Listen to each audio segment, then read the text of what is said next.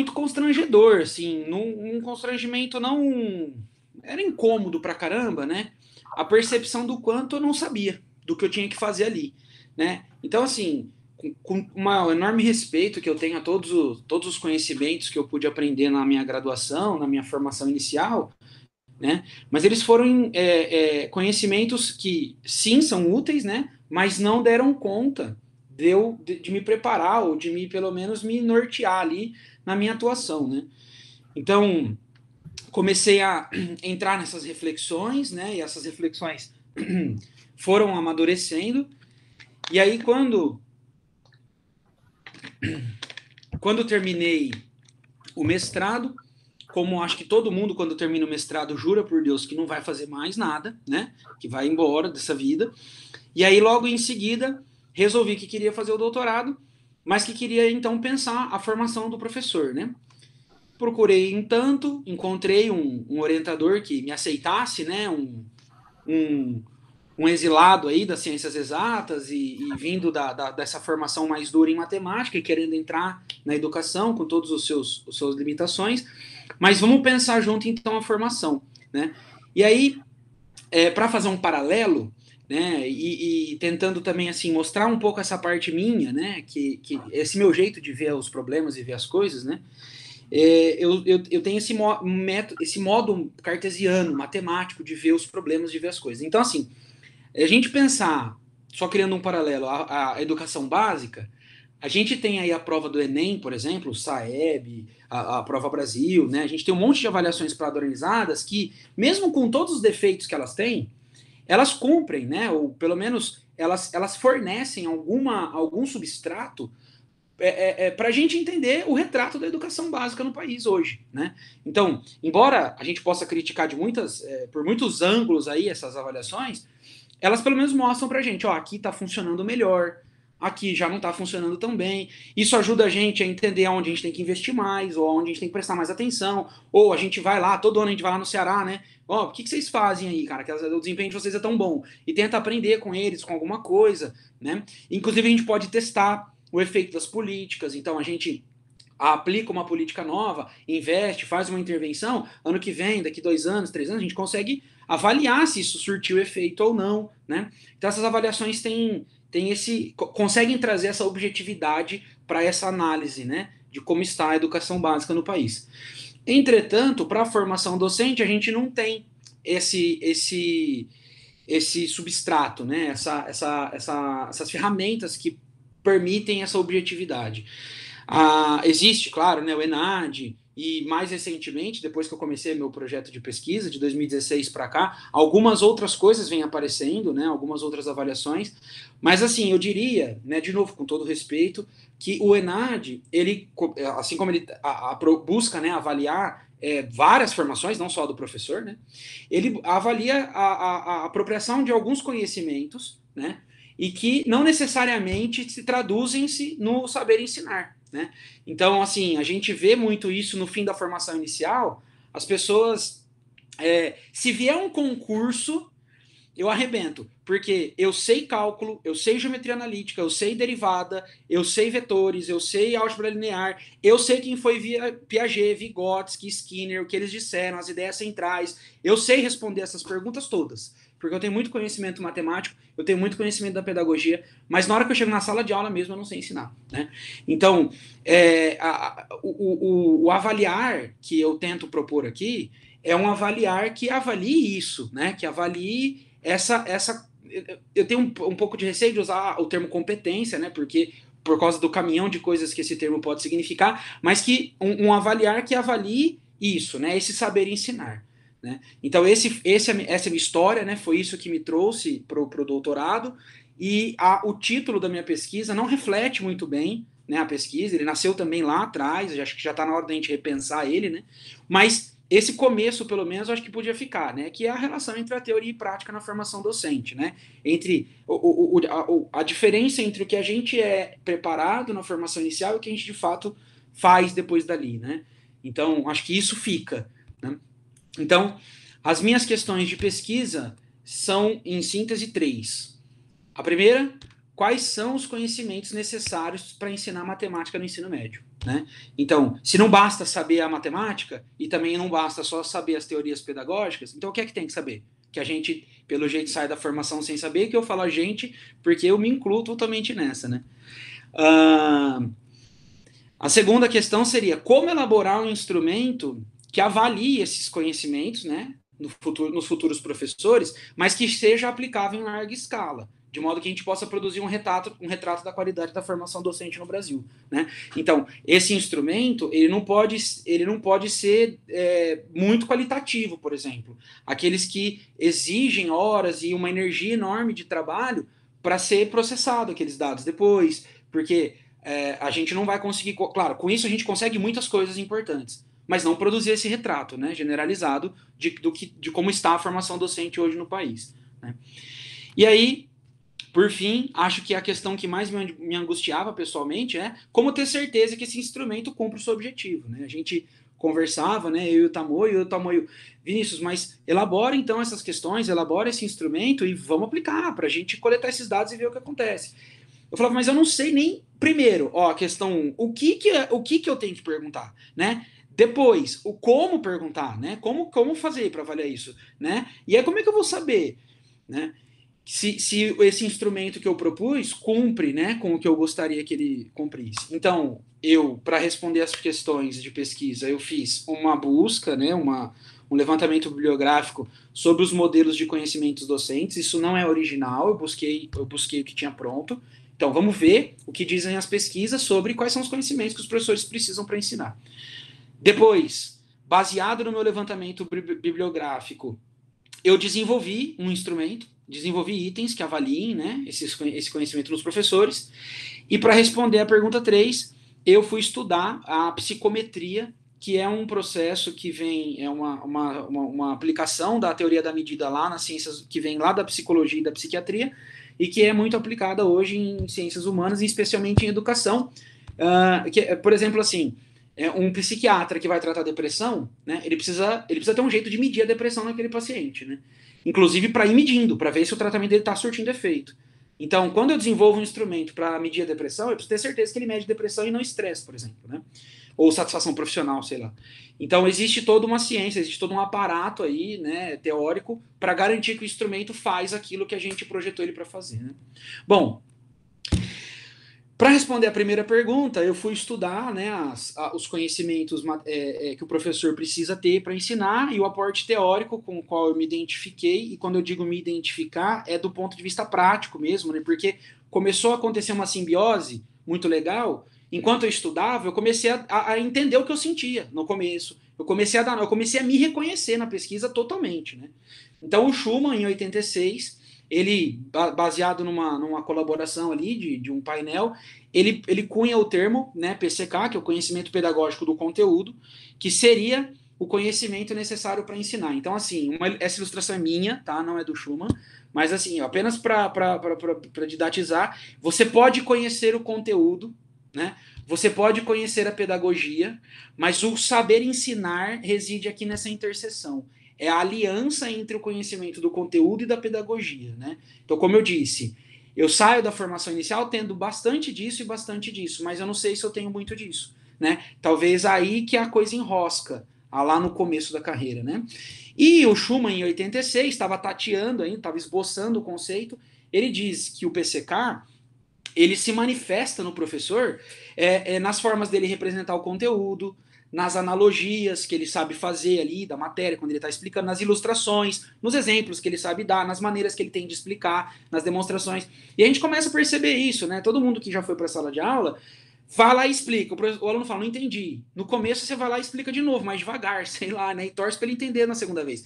Mas aí quando você vai se desenvolvendo e esse PCK vai se mostrando, vai se manifestando mais proficiente em você, você consegue explicar de vários jeitos, você consegue dar vários exemplos, né? Isso seria o PCK do professor se mostrando ali na prática de ensinar, né? E uma coisa muito importante que eu preciso destacar nesse momento é que o PCK ele tem esse nome, conhecimento pedagógico do conteúdo, isso é muito importante porque ele é do conteúdo, né? Então, eu dou aula para ensino médio, né? Então, ali no ensino médio, a gente acaba virando meio... os conteúdos são um pouco mais complexos, né, do que no ensino fundamental anteriormente. Então, às vezes, é comum você perceber em escolas Professores que, eu gosto muito, ou eu prefiro, ou se eu pudesse escolher, eu só dava aula de álgebra. Ou eu só dava aula de geometria. Porque esse PCK faz sentido, a pesquisa está certa, né? Na prática a gente percebe isso. Ele é do conteúdo. Então, as estratégias que eu tenho para ensinar análise combinatória, que é partir do problema, pôr o menino para pensar, raciocinar, não são as mesmas estratégias que vão funcionar para ensinar propriedade de logaritmo. Que é uma. Acho que a propriedade é essa, agora vamos ver como que elas funcionam. E são diferentes as estratégias para ensinar geometria espacial. São outras habilidades que eu preciso buscar desenvolver no aluno ali e tal. Então, por isso que esse PCK é bom a gente partir dessa premissa. Ele é do conteúdo. Eu posso ter o PCK bem desenvolvido em algum conteúdo, mas não tão bem desenvolvido em outros conteúdos, né? E de lá para cá, muitas pesquisas foram surgindo, né? Foram explorando o PCK, foram usando o PCK como objeto de estudo e foram atacando, né, o PCK de diversos ângulos, né? Então, qual é a natureza desse conhecimento? Então, como, né, ele é realmente uma interseção ou ele é um novo produto, ele é um outro conhecimento, enfim.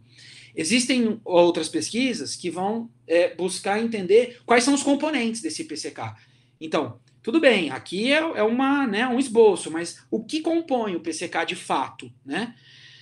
Outras pesquisas vão estudar como desenvolver o PCK nos professores, né? O que funciona, o que não funciona na hora de desenvolver esse PCK. E outras pesquisas se dedicam a estudar isso, né? Como avaliar o desenvolvimento do PCK nos professores, né? Então, essas pesquisas aqui me ajudaram muito a responder a minha questão 1, né? Que quais seriam esses conhecimentos necessários para ensinar matemática? Então, quais são os componentes do PCK do professor de matemática? E a minha pesquisa em si se situa aqui, né? Que é como elaborar, então, um instrumento, que é a minha pergunta 2, minha questão 2 de pesquisa, né? Como avaliar esse desenvolvimento. Bom, de lá para cá, um monte de modelos teóricos do PCK, que são alegorias, ou que são, enfim, modelos mesmo, vêm sendo desenvolvidos, e muitos deles com foco, né, em disciplinas específicas. E dentro da matemática, esse grupo de pesquisadores lá da Universidade de Michigan, eles desenvolveram esse modelo, né, que chama MKT, que é um conhecimento matemático para o ensino, que seria uma leitura, ou uma adaptação, ou uma especificação do PCK, já pensando o professor de matemática, né? Então, aqui é um modelo deles, eu vou só voltar rapidinho. Imagina essa circunferência aqui, ó, do conteúdo, é essa elipse aqui.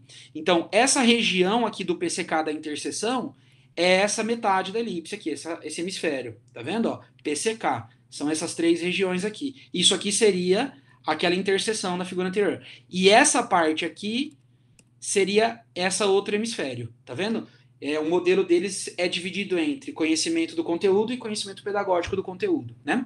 E dentro desse modelo, dentro desses dois hemisférios, eles colocam subdomínios, né? Que eu vou falar brevemente sobre eles rapidinho. Então, o conhecimento comum do conteúdo, né? Ele seria um conhecimento matemático que não é exclusivo para o ensino. Então, todo mundo tem que ter esse conhecimento, especialmente engenheiros, né, os matemáticos que não são professores, né, que não atuam ensinando, né, por exemplo, saber a teoria, né? Então, se eu sou um engenheiro e eu preciso resolver um problema de maximização, eu tenho que saber que tem que derivar, que tem que igualar a zero, encontrar onde, enfim, eu preciso conhecer a teoria, né? Saber resolver os problemas, né? Classificar como certo e errado uma resposta dada por um estudante. Eu não preciso saber ensinar para pegar uma equação, o aluno falar que deu 2, eu saber que não é 2, porque tinha que ter dado 5. Eu sei qual, eu sei se está certo ou não, né? Identificar quando um livro apresenta algo errado ou incompleto, que a gente sabe que infelizmente isso acontece muito, né? Mas aí tem uma outra dimensão ali dentro ainda, que seria o conhecimento especializado do conteúdo. Esse é um conhecimento matemático que é exclusivo para o ensino, né, que não é necessário para outros profissionais. Então, por exemplo, apresentar ideias matemáticas. Né? De novo, o engenheiro ele tem que saber maximizar, resolver um problema de maximização. Mas o professor ele tem que saber explicar o que tem a ver a derivada, o que tem a ver a reta tangente quando ela fica paralela, que a derivada dá zero, que então é um ponto de máximo ou mínimo, mas ele tem que saber apresentar essas ideias. Isso é coisa de professor, né? Responder aos porquês dos alunos é um conhecimento que o professor tem que ter, né? Encontrar exemplo para criar um ponto matemático específico, reconhecer o que está envolvido no uso de uma representação particular. Eu estou dando agora função lá para o primeiro ano do ensino médio. Você escreve y igual a 2x mais 1. A cabeça deles vai para um lugar. Você escreve f de x igual a 2x mais 1. Eles pensam em outras coisas. Se você quiser fazer um gráfico, é bom você colocar Y, porque lá no plano cartesiano tem eixo X e eixo Y. Se você falar f de x, ele fala assim, mas como é que vai fazer o gráfico? Não tem y aqui, né? Eles já, olha só, de escolher uma maneira de representar. Em vez de colocar y, colocar f de x. Muda tudo para eles, muda tudo. Ah, se colocou f de x, pode perguntar quanto custa, se o n for 3, se o n for... Eles acessam outra coisa. E é coisa de professor saber a diferença que isso vai fazer na hora de escrever na lousa, por exemplo. Né? Então, esse é um conhecimento que o professor tem que ter. Então, assim, eu não vou ficar lendo todos os itens aqui. Esse último também uma coisa muito importante, né? Você tá dando aula lá, vai, gente, faz aí, vou marcar aqui 2, 3 minutinhos. A hora que terminei, aí, galera, quanto deu? Aí metade da sala deu 5, metade da sala deu 13. Você fala, vixe, né? E aí você já fala, ó, quem deu 5, já sei, ó. Vocês lembraram que é menos aqui na fórmula, ó? Vocês lembraram de pôr o 2 aqui no denominador da fórmula de Bhaskara? O professor, ele tem que saber, pela resposta errada, o que o aluno tá errando, né? Isso é uma coisa que o professor tem que conhecer. Esse outro domínio aqui, que é o do horizonte do conteúdo, ele seria a consciência de como os tópicos matemáticos se relacionam, né? Mas ainda do ponto de vista da matemática, do conteúdo, não no ensino. Mas ele, mesmo o grupo lá de Michigan que criou esse desenho aqui, né, e propôs esse modelo, ainda não explorou muito bem isso, esse conceito. Falta consistência teórica. E essa pesquisa aqui, que é uma das pesquisas que mais me ajudou, inclusive esse autor que eu me correspondi com ele, muito legal, tá me ajudando pra caramba, ele mesmo deixa de fora, ele fala assim, abertamente, esse aqui eu não vou tentar nem avaliar isso, porque eu nem sei o que é isso direito, né? Quem criou essa entidade aqui ainda não explicou o que ela faz. Então eu também não me atrevo, quem sou eu, né? E agora, no hemisfério direito, aqui já entrando nos subdomínios do que ele chama de PCK, né? O modelo chama de PCK. A gente tem um subdomínio chamado conhecimento do conteúdo e os estudantes. Essa tradução não é minha, né? Na minha opinião, uma tradução mais apropriada seria conhecimento dos estudantes sob o aspecto do conteúdo. Né? Porque, veja, seria conhecer como os alunos aprendem matemática, né? Como é o seu pensamento matemático. De novo, isso também é do conteúdo, concorda? Como um aluno aprende geometria analítica é diferente de como ele aprende análise combinatória. É diferente. Isso é do conteúdo. Conhecer como o aluno pensa é dentro do conteúdo ainda, né? Então, antecipar o que os alunos vão entender ou confundir da matéria, quais são as dúvidas comuns, né? Isso é coisa que o professor tem que saber fazer, né? Prever o que os alunos acham interessante e motivador em cada exemplo, isso também é muito importante para o sucesso da aula. Saber o que os alunos acham fácil e difícil em cada tarefa, né? Para o professor poder elaborar uma avaliação, né, adequada, por exemplo. Saber interpretar um pensamento mal elaborado ou incompleto de um aluno, ajudar a elaborar. Reconhecer um erro comum a partir de um resultado apresentado, igual a gente estava falando, né? Metade da sala dá 5, metade dá 13. Você já fala, já até sei, quem deu 13 errou aqui, ó. Né? Isso aí é um conhecimento que o professor tem que ter sobre aquele conteúdo que ele está dando. Né? E aí eu quero também fazer outro pause aqui para fazer outro apontamento muito importante porque muda a visão da coisa. Eu estava lendo ali atrás, eu li o 16 aqui e dei o exemplo do 5 do 13. Né? Eu estou lendo aqui, eu li esse 6, eu dei o mesmo exemplo. Né? E aí, porque essa foi uma crise que eu tive, né? Eu pensava em situações de aula, eu pensava em passagens, eu pensava em aspectos, e eu falava, mas será que isso é daqui ou daquele outro? Será que isso que eu estou pensando é daqui ou daqui, ou daqui ou daqui, ou daqui ou daqui? E eu comecei a entrar em crise. Porque na hora de desenvolver os itens, né, da pesquisa, a gente falava assim, bom, eu vou desenvolver um item que vai avaliar se o professor tem esse conhecimento. E aí depois a gente ficava em dúvida se na verdade a gente não estava avaliando o outro, ou aquele outro, aquele um, né?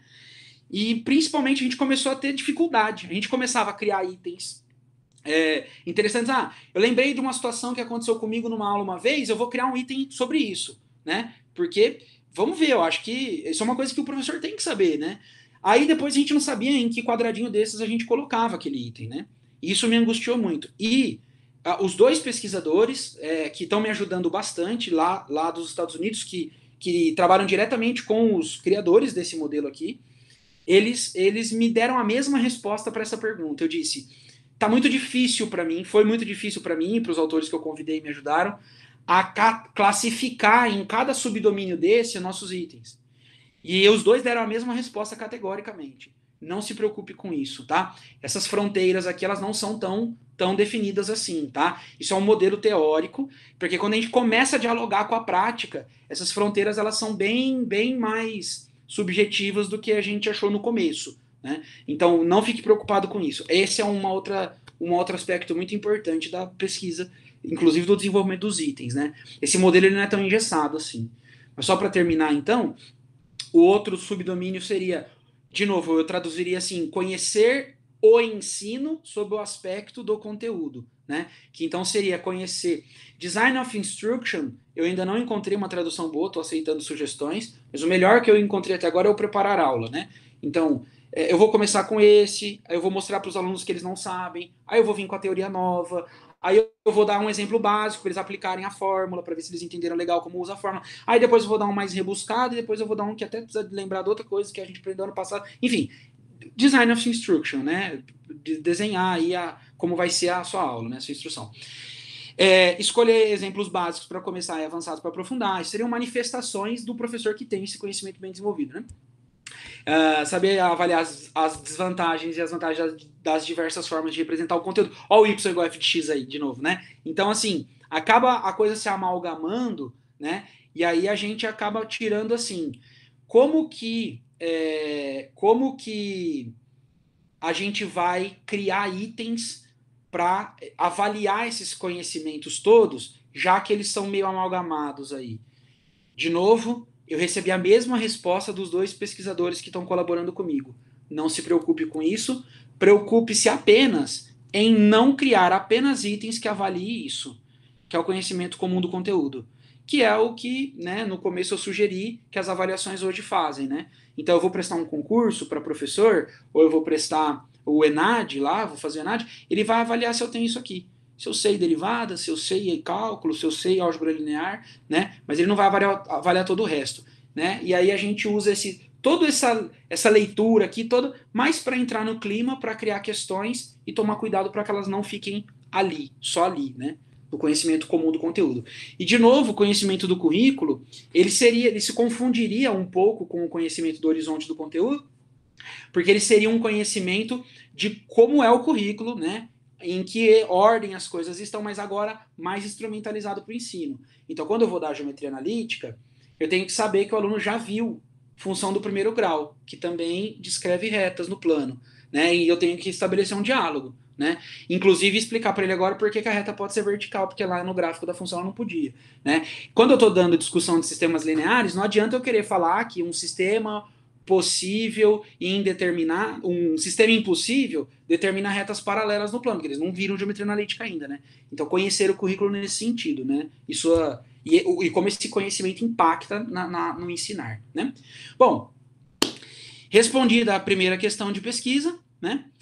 Partimos, escolhido um modelo teórico, né? E entendido bem, pensando bem, né? Refletindo bastante sobre ele, partimos para a segunda etapa, né, para responder a segunda questão de pesquisa, que seria desenvolver, né, como elaborar esse instrumento. Então teve todo um levantamento bibliográfico sobre a elaboração desse instrumento, a construção, como essas perguntas deveriam ser, né, e quais os aspectos que elas tinham que ter, né, vocês leram lá na tese, no texto, e a gente se reuniu, desenvolveu alguns itens, preocupou-se em não fazer nenhum item desse, né, porque esses itens eles têm aí aos montes, né? A internet está cheia deles, as provas de vestibular, os livros, né? Esses aqui a gente não investiu muita energia neles. A gente tentou criar itens que avaliassem esses outros conhecimentos. E aí, para ir para a terceira, né? Para a terceira questão de pesquisa, aí eu fiz um levantamento bibliográfico, como vocês viram lá, da psicometria e dos métodos de se avaliar o instrumento em si, né?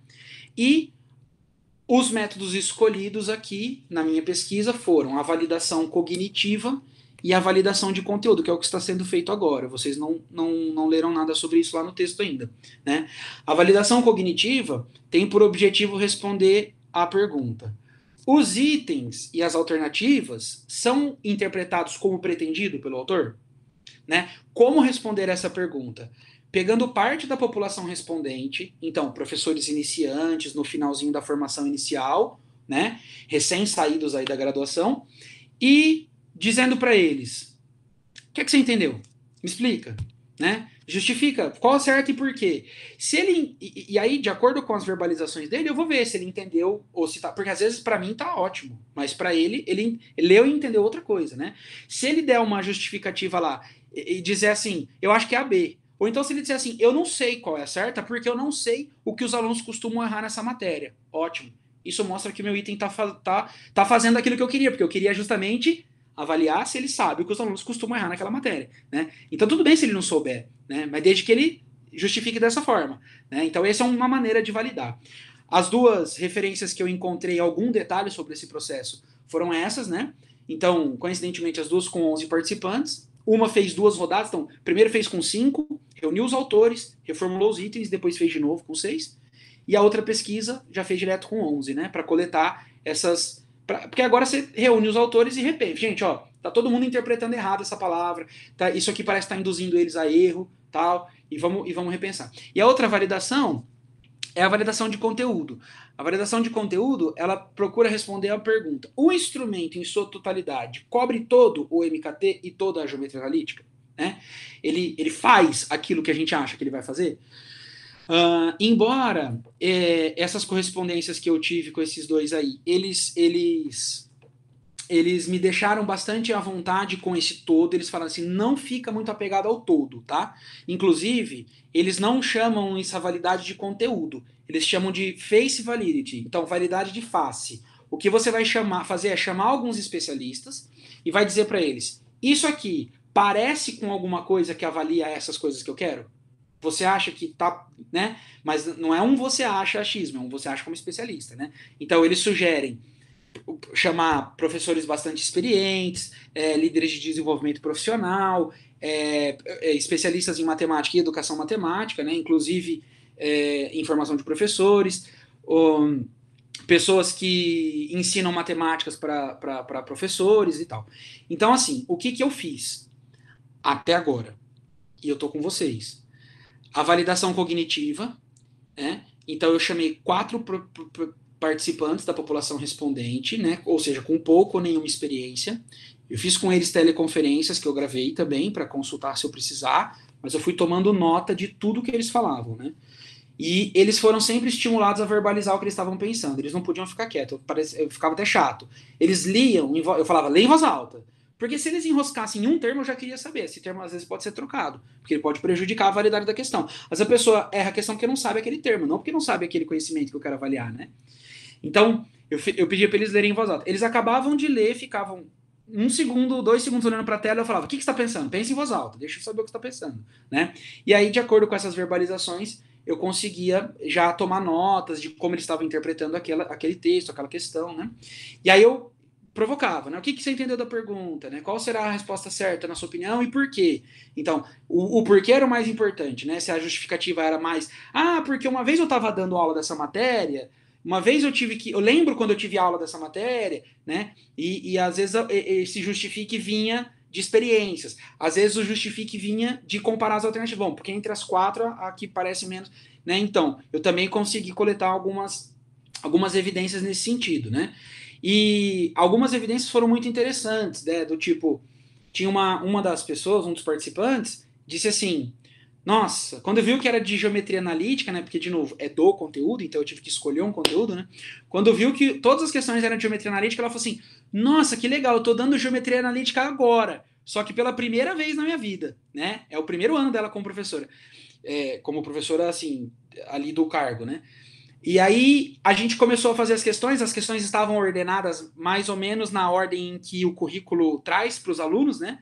E quando a gente começou a evoluir, chegamos lá em posição relativa de retas, quando a gente entrou ali em circunferência, ela verbalizou uma hora assim, uma frustraçãozinha, e falou assim, agora tá difícil, porque eu nunca dei essa matéria, né? Daqui para frente eu nunca dei, então eu não sei o que os alunos pensam, eu não sei qual que eles confundem, eu não sei nem como eu explicaria isso, porque eu não parei para pensar nisso ainda, né? Então, assim, essas evidências, que eu sei que elas não são acadêmicas, né, mas elas me deixam bastante confiante de que as questões estão, de fato, avaliando isso, a experiência do professor, se ele sabe ensinar ou não, né? Chegou na hora que ela nunca tinha feito na vida, ela falou, agora eu já não sei mais o que responder, né? E a validação de conteúdo, para fechar, Eu fiz 6 reuniões, né? 4 delas com pesquisadores e formadores, né? Que eles são docentes em cursos de licenciatura, dos quais um deles é matemático e 3 são da educação matemática, né? Inclusive um desses 3 aí, a pesquisa dele é em relação ao PCK também, né? Um professor experiente, né, de sala de aula que não é integrante do grupo de autores, que é composto por mim e mais 2 professores, e um membro da diretoria de ensino daqui de Rio Preto, que ele é o PNCP de matemática daqui de Rio Preto, tá? E o que há a ser feito ainda é o processo de revisão dos itens. Então, pegar todos os dados coletados nesses 2 processos de validação, compilar, né, e reunir de novo os autores e dizer, olha, vamos lá, questão por questão agora. Questão 1, tá dando muita confusão aqui, tá todo mundo pensando dessa forma, vamos trocar, vamos manter, né? Fazer isso com o time de autores e terminemos a pesquisa.